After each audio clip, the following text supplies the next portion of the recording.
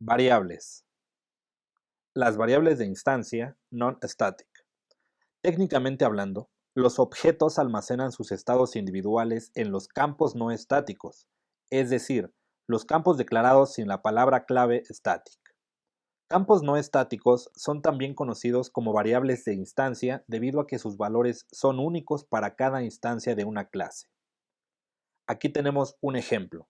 Podemos observar que los círculos amarillos representan a los objetos. Los círculos azules representan a las variables de instancia, es decir, las variables non-static. Aquí se puede observar claramente cómo cada instancia, es decir, cada variable de instancia non-static, hace referencia a uno y solamente un objeto. ¿Qué es una variable de instancia? A continuación vamos a analizar el presente código, posteriormente procederé a ejecutarlo para poder comprender qué es una variable de instancia. Dentro del método main he definido tres instancias de la clase auxiliar. Así también se muestra en consola la variable 1, la variable 2, la variable 3 de la instancia 1, de la instancia 2 y de la instancia 3 respectivamente. Vamos a analizar de qué consta la clase auxiliar. Primero, inicia con la declaración de un objeto de la clase random, lo cual vamos a obviar por este momento. Lo que nos interesa son estas variables, variable 1, variable 2 y variable 3. Por el momento vamos a obviar este funcionamiento. Únicamente vamos a quedarnos con la idea de que esta asignación crea números pseudo aleatorios para cada una de estas variables. Bien, estas variables que tenemos aquí son las que conocemos como variables de instancia. En primer lugar, porque no tienen el identificador static antes de la palabra reservada int de número entero. Un motivo más es porque están fuera de cualquier método, es decir, están dentro de la clase auxiliar, pero fuera de cualquier método. Así que vamos a proceder a ejecutar este código para entender cómo es que funcionan las variables de instancia. Bien, como podemos observar, aquí en la consola o en la salida estándar nos muestra el valor de la variable 1, 2 y 3 de la instancia 1, 2 y 3 respectivas. También podemos analizar, y aquí es donde hay que fijar nuestra atención. Esto que comento a continuación es lo que permite que a estas variables se les llame de instancia. Cada variable de cada instancia es diferente. Me explico. En la instancia 1 tenemos la variable 1 que tiene el valor 9.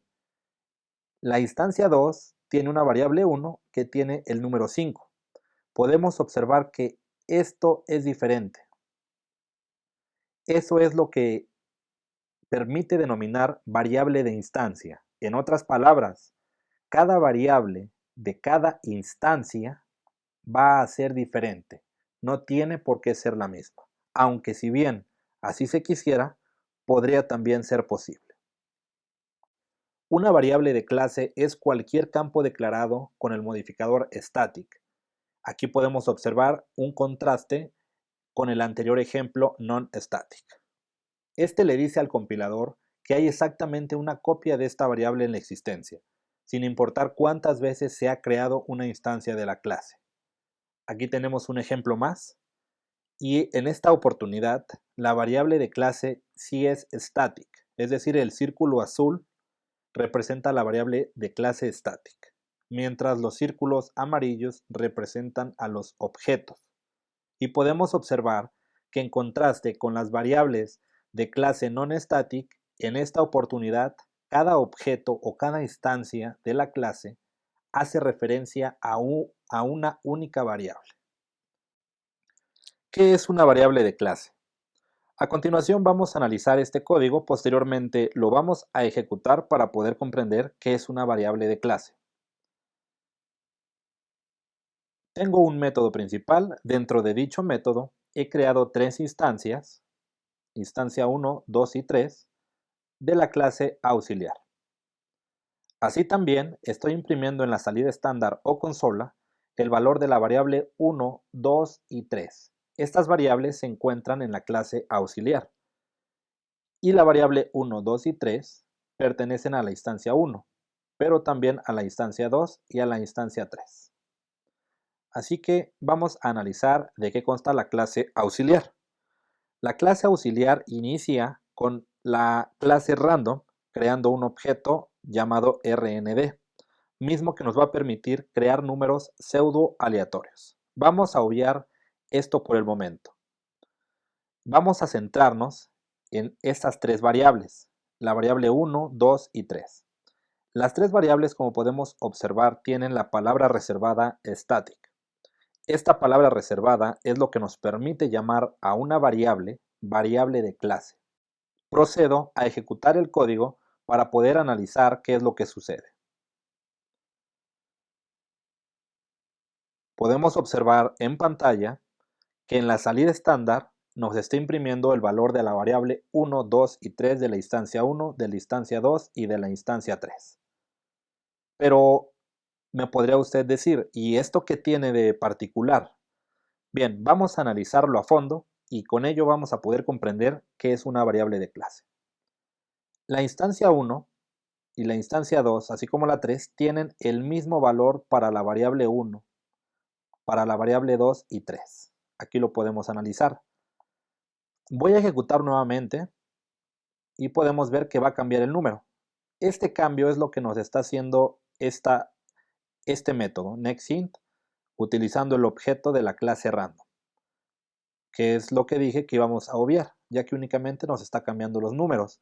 Pero para esta explicación es perfecto, porque usted puede ver que los números cambian, sin embargo, no cambian para cada una de las instancias. Me explico.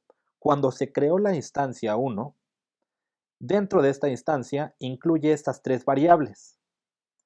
Cuando se creó la instancia 2, también se incluyen las mismas tres variables, y para la instancia 3 de igual manera.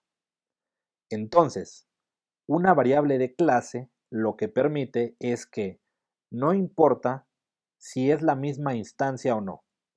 Si cambia el valor para una variable de una instancia, va a cambiar para el de todas las demás instancias.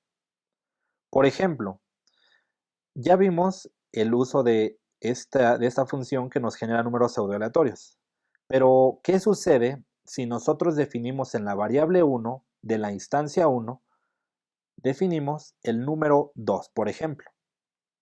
Vamos a ver qué es lo que sucede. Si yo defino el número 2 a la variable 1 de la instancia 1, va a cambiar para todas las demás instancias. Esto es lo que es una variable de clase. Lo ejecutamos y en efecto, como era de esperar, yo he seteado a la variable 1 el número 2 y este mismo número lo voy a ver en todas las instancias. A eso es a lo que se le conoce como variable de clase. Las variables locales. Similares a cómo un objeto almacena su estado en los campos, un método a menudo almacena su estado temporal de las variables locales. Esta determinación viene enteramente de la ubicación en la que se declara la variable, que está entre las llaves de apertura y cierre de un método. Aquí podemos observar cómo la variable local se encuentra dentro del objeto y dentro de un método. ¿Qué es una variable local?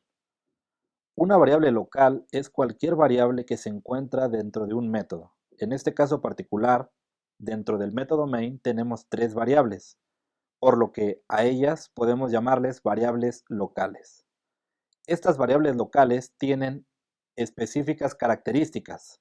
Por ejemplo, si ahora mismo yo pongo el identificador public, como lo hemos venido haciendo a lo largo de este curso, vemos que me envía un error en tiempo de compilación. Este error es porque las variables locales no permiten el identificador public. También va a enviar un error en el siguiente caso. En el caso de que usted defina una variable de tipo private, va a enviar de igual manera este error, también con la palabra reservada static.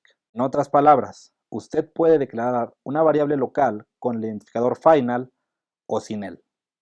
Cualquier otra forma sería un error en tiempo de compilación. Parámetros. Un parámetro representa un valor que el método espera que se transfiera cuando es llamado.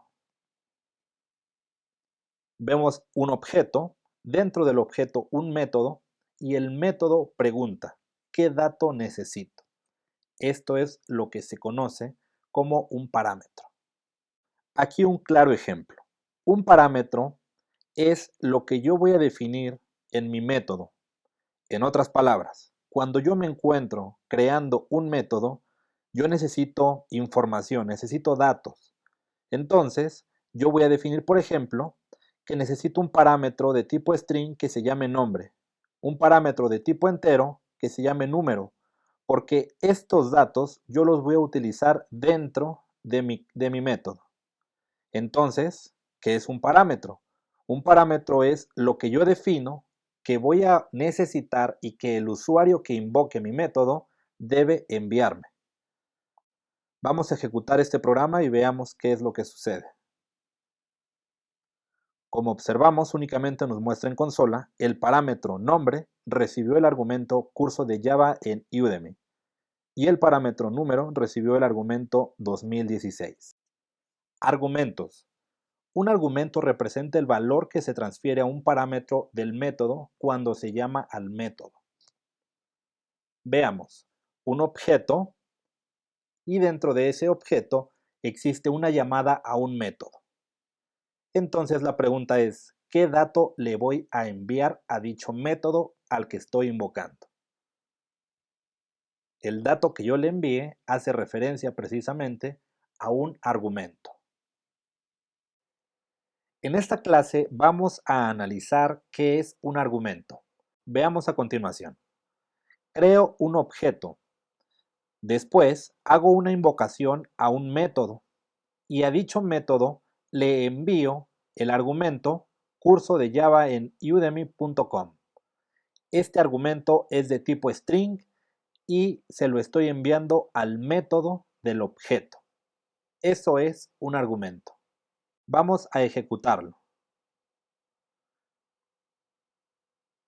Como podemos observar, el resultado es el parámetro nombre recibió el argumento curso de Java en Udemy.